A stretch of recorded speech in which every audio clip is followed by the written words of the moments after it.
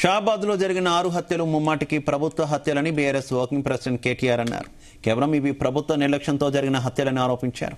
POCSO కేసుల్లో కోర్టులో ప్రభుత్వ తరపు న్యాయవాదులు పటిష్టంగా వాదనలు వినిపించకపోవడం వల్లే నిందితుడికి బెయిల్ వచ్చిందని ఆయన అన్నారు.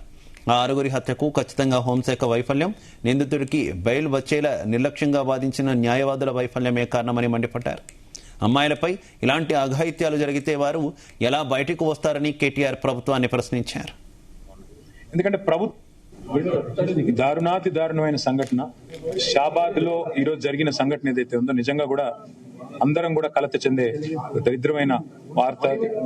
ఇవాళ మీరు చూసినట్టయితే పాక్సో లాంటి ఘటన జరిగిన తర్వాత, ఒక మైనర్ బాలిక మీద అత్యాచారం జరిగిన తర్వాత వారికి బెయిల్ ఇవ్వడము, ఆ బెయిల్ ఇచ్చే క్రమంలో న్యాయమూర్తుల దగ్గర మరి ప్రభుత్వం తన వాదనలు పటిష్టంగా వినిపించకపోవడం వల్లనే ఈ పరిస్థితి వచ్చిందని నేనైతే అనుకుంటా ఉన్నా.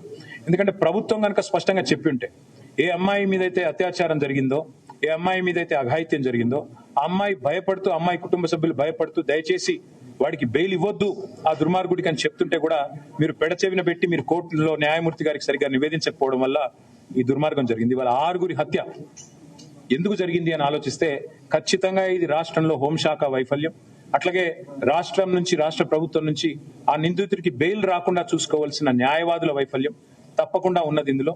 మరి రేవంత్ రెడ్డి గారు సమాధానం చెప్పాలి. ఇట్లాంటి దుర్మార్గులకు బెయిల్ ఎందుకు ఇస్తున్నారు?